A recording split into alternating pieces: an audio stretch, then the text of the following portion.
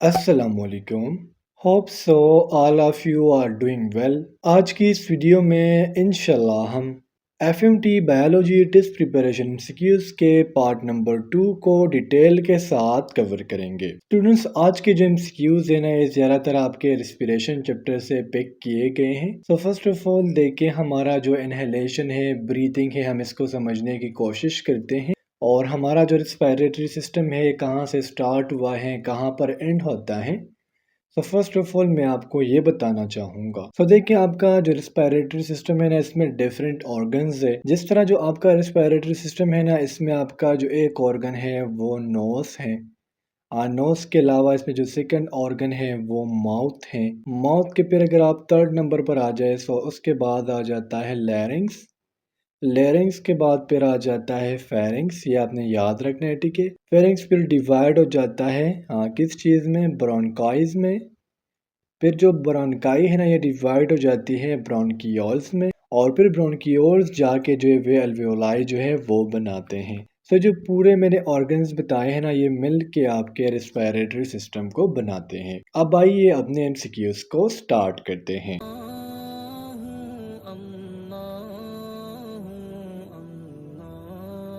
The first MCQ is, for the activities, organisms need energy in the form of. देखिए students, जितने भी living things है, जितने भी ऑर्गेनिजम्स है इस वर्ल्ड में, उनको अपना वर्क परफॉर्म करने के लिए किस चीज़ की ज़रूरत होती है? उनको ज़रूरत होती है एनर्जी की। अब ये जो एनर्जी है ना, ये कहाँ से आएंगी, किस फॉर्म में मिलेंगी? देखिए, अगर एक ऑर्गेनिज्म को अपना प्रॉपर फंक्शन परफॉर्म करना है ना, उसको एनर्जी रिक्वायर्ड होती है in the form of ATP. अगर एटीपी नहीं है तो एटीपी के बजाय जीटीपी भी आ सकता है, लेकिन जो मेन खुराक है ना सेल का, वो है एटीपी।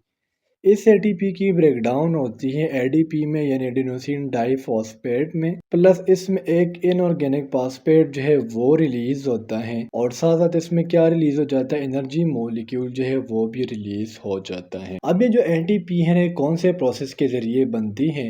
वो जो प्रोसेस है ना, उस प्रोसेस को हम नाम देते हैं फास्फोराइलेशन का।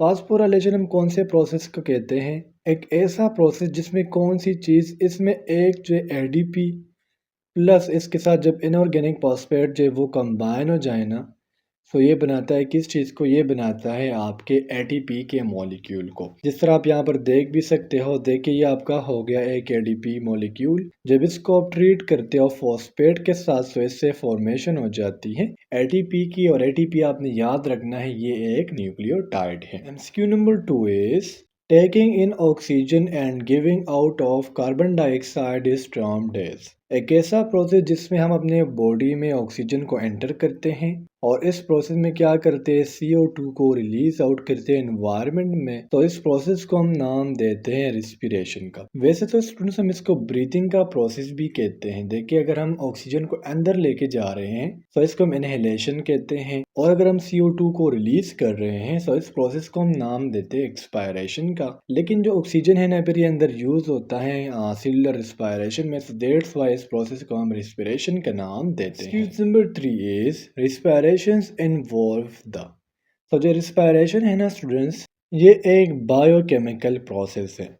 देखिए, बायो हम इसको इसलिए कहते हैं ना, क्योंकि ये किसी लिविंग सेल के अंदर हो रहा है, और केमिकल मीन इसमें डिफरेंट कंपाउंड्स बन रहे हैं और उसकी फिर ब्रेक डाउन हो रही है। सपोज करें आपकी बॉडी में ग्लूकोज है, ठीक है। अभी जो ग्लूकोज है ना, जब इसकी ब्रेक डाउन होती है तो इससे एनर्जी रिलीज होती है। और आपको पता है कि रिस्पिरेशन कहाँ पर होता है? सपोज करें हम प्लांट्स की मिसाल ले रहे हैं, तो प्लांट्स में जब ग्लूकोज बनता है ना, ग्लूकोज मीन C6H12O6, तो फिर इसकी होती है सेलुलर रिस्पिरेशन। और सेलुलर रिस्पिरेशन कहाँ पर होती है? ये होती है माइटोकॉन्ड्रिया में। माइटोकॉन्ड्रिया में जो 3 स्टेप्स होते हैं ना, जिस तरह glycolysis, Krebs cycle and electron transport chain. वहाँ पर जो ग्लूकोज है ना, इसके डिफरेंट तरीके से ब्रेक डाउन की जाती है। और ये जो ब्रेक डाउन है, ये आपको पता है कि कहाँ पर हो रही है? लिविंग सेल में हो रही है। दैट्स वाई हम इसे बायोकेमिकल प्रोसेस का नाम देते हैं। Excuse number 4 is, The gaseous exchange in leaves and young stems occurs through। ये जो MCQs है ना, आपके प्लांट्स के गैशियस एक्सचेंज से रिलेटेड हैं। और प्लांट में जो गैशियस एक्सचेंज है लीव्स में और यंग स्टेम में, वो होती है with the help of stomata.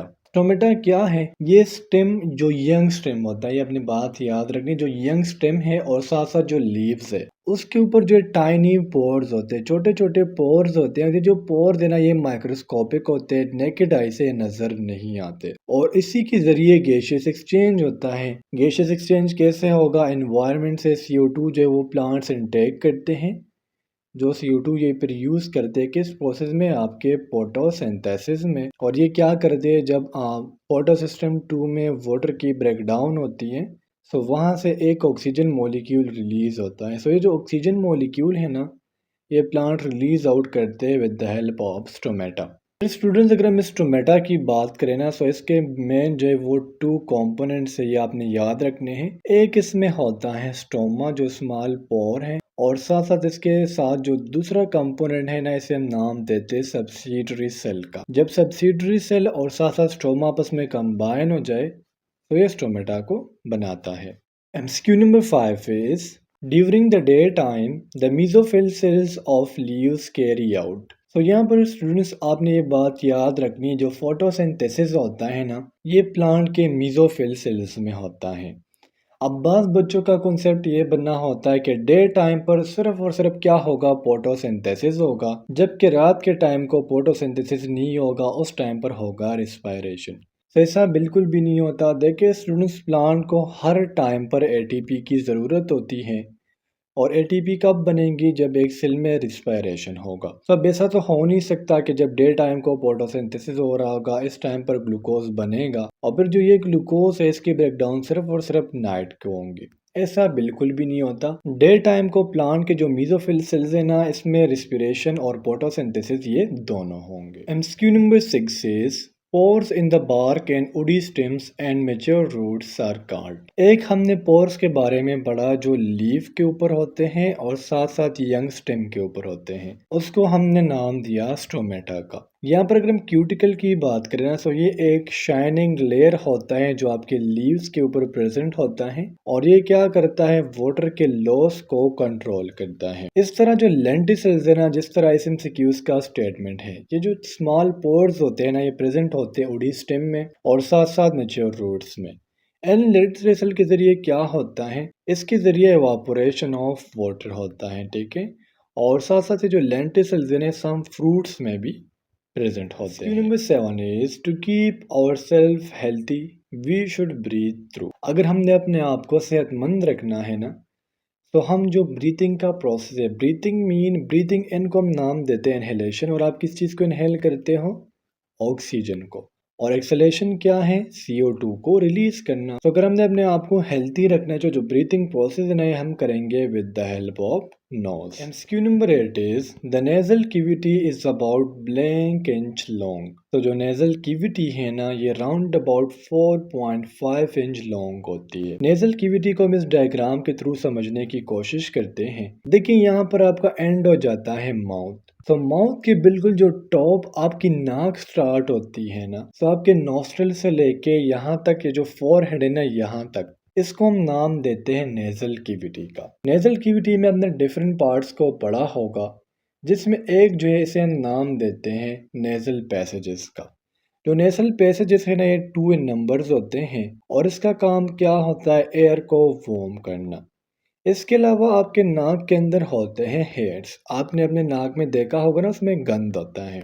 अब हमारे नाक में जो गंद होता है, जो डर्ट होता है, ये कहाँ से आता है? बेसिकली जब एयर हमारे नोज से गुजरती हैं, तो जितने भी वायरसेस होते हैं, बैक्टीरिया होते हैं, वो यहाँ पर ट्रैप हो जाते हैं in the form of dust. MCQ number 9 is voice box is called.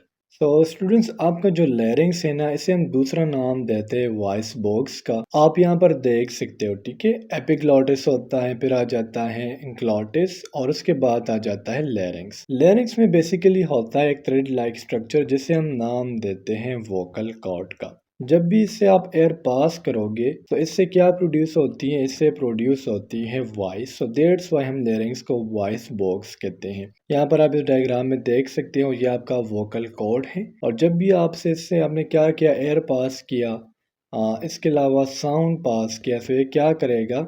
आवाज को, आपके बातों को पैदा करेगा। MCQ number 10 is trachea has blank cartilaginous C shape rings. तो ट्रेकिया किधर है? बिल्कुल लेरिंग्स के नीचे आपका स्टार्ट होता है ट्रेकिया। ये आपका टोटल लेके ये आपका ट्रेकिया का पोर्शन है और ये आपको जो पिंग पिंग नजर आ रहे हैं ना, ये यही सी शेप रिंग्स है और इसे हम हॉर्स शू की तरह रिंग्स भी कहते हैं और ये 20 इन नंबर्स होते हैं। ये जो लेरिंग्स है ना आपका, इसको कनेक्ट करता है किस चीज के साथ? लंग्स के साथ। MCQ number 11 is which one provides the surface for gaseous exchange. देखिए हमने शुरू में पढ़ा ना कि हमारी बॉडी के अंदर O2 आता है और कार्बन डाइऑक्साइड हम रिलीज करते हैं। अब ये जो गैसियस एक्सचेंज है ना, ये होता कहाँ पर है? देखिए हमने ब्लड के वेजल्स के 3 टाइप्स पढ़े होंगे। एक इसमें होते हैं वेन, इस तरह एक इसमें होते हैं आर्टरी और the third most important for gaseous exchange जिसे हम नाम देते हैं कैपिलरीज का। अब जो गैसियस एक्सचेंज है ना बेसिकली होता है कैपिलरीज में और कैपिलरीज ज़्यादा कहाँ पर प्रेजेंट होंगी? ये प्रेजेंट होंगे आपके एल्वेओलाई में। एल्वेओलाई कहाँ पर प्रेजेंट होते हैं? ये प्रेजेंट होते हैं आपके लंग्स में। Alveoli are the basic structural and functional unit of lungs। और जो गैसियस एक्सचेंज है यानी हमारी बॉडी में O2 को अंदर आना और कार्बन डाइऑक्साइड का बाहर जाना, ये होता है एल्वेओलाई में। MCQ number 12 is it is the narrow opening at the floor of पैरिंग्स। तो पैरिंग्स के एंड पर जो है एक नैरो ओपनिंग होती है जिसे हम नाम देते हैं ग्लॉटिस का। आपने सपोज करना है जो ग्लॉटिस है ना, ये इसका क्या है? ये एक डस्टबिन है। मैं आपको समझाने की कोशिश कर रहा हूँ। और जो एपिग्लॉटिस है ना, हमने इसके ऊपर क्या रखा हुआ है? कोई सर रखा हुआ है ताकि इसमें कोई गंद ना जाए। देखिए यहाँ पर हम डायग्रामेटिकली भी देख लेते हैं। देखिए ये आपका है ग्लॉटिस और ग्लॉटिस के ऊपर आ जाए हैं वोकल कॉर्ड, फिर है सुप्राग्लॉटिस और फिर है एपिग्लॉटिस। तो जब भी एयर ब्लो करती है, देखिए हम ये क्या पढ़ रहे हैं? हम पढ़ रहे हैं रेस्पिरेटरी सिस्टम के एमसीक्यूज और यहाँ पर एक दूसरा पाइप भी होता है जिसे हम नाम देते हैं एसोफेगस का। तो अब अगर एयर या वाटर जो है वो आपके एसोफेगस में चला जाए तो इससे आपकी जान भी जा सकती है। तो एक एपिग्लॉटिस क्या करता है? ये ग्लॉटिस को ब्लॉक करता है। जब भी आप निवाला खाते हो ना, तो हम कहते हैं कि जल्दी जल्दी पानी नहीं पीना चाहिए। हम क्यों कहते हैं आपको पता है? क्योंकि अगर एक कतरा पानी भी इस ग्लॉटिस में आ गया ना और ये लंग्स में चला गया तो ये आपको मार सकता है। तो एपिग्लॉटिस का काम क्या है? ये ग्लॉटिस को ब्लॉक करता है यानी इसके ऊपर सर का काम करता है। MCQ number 13 is trachea is also called. तो हमने पढ़ा कि लेरिंग्स को हम वॉइस बॉक्स कहते हैं या फिर साउंड बॉक्स कहते हैं और जो ट्रेकिया है ना, इसे हम वेंट पाइप कहते हैं। MCQ number 14 is on entering the chest cavity the trachea divides into smaller tubes called. देखिए हमारा पूरा एक रेस्पिरेटरी सिस्टम है, ठीक है। यहाँ पर सिर्फ और सिर्फ माउथ और नोज को मिस किया गया है, ये आपने याद रखना है। माउथ और नोज भी इसका हिस्सा है। देखिए यहाँ से आपका स्टार्ट हो गया, ये आपका है लैरिंग्स। लैरिंग्स के नीचे जो ये आपका है ट्रेकिया। अब क्या कह रहे हैं स्टेटमेंट में? On entering the chest cavity the trachea divides into smaller tubes called. तो देखिए ट्रेकिया कुछ स्मॉलर ट्यूब्स में डिवाइड हो रहा है जिसको हम नाम देते हैं ब्रोंकाई का। सो the correct option is option A. फिर ब्रोंकाई के कितने टाइप्स होंगे? कुछ होंगे प्राइमरी, फिर आ जाएंगे सेकेंडरी, फिर टर्शरी, फिर टर्शरी के बाद ये अगेन नैरो ट्यूब्स में डिवाइड होंगे जिसे हम नाम देंगे ब्रोंकियोल्स का। MCQ number 15 is how many times we breathe per minute. हम एक मिनट में कितनी दफ़ा इनहेलेशन एंड एक्सलेशन करते हैं? So the correct option is option C 15 to 20 minutes. मेरा आप लोगों से एक क्वेश्चन है, इसका आंसर आप लोगों ने मुझे कमेंट सेक्शन में बताना है और मेरा क्वेश्चन ये है कि हमारा हार्ट जो है एक मिनट में कितनी दफ़ा बीट करता है? इस तरह फीमेल का हार्ट जो है एक मिनट में कितनी दफ़ा बीट करता है और साथ साथ आप लोगों ने मुझे बताना है जो बेबी है ना उसका हार्ट कितनी दफ़ा बीट करता है। स्टूडेंट्स ये थे आज के हमारे एफएमटी के बायोलॉजी के एमसीक्यूज। होप सो आपको तमाम एमसीक्यूज क्लियर हुए होंगे। नेक्स्ट वीडियो में मिलते हैं। अल्लाह हाफिज़।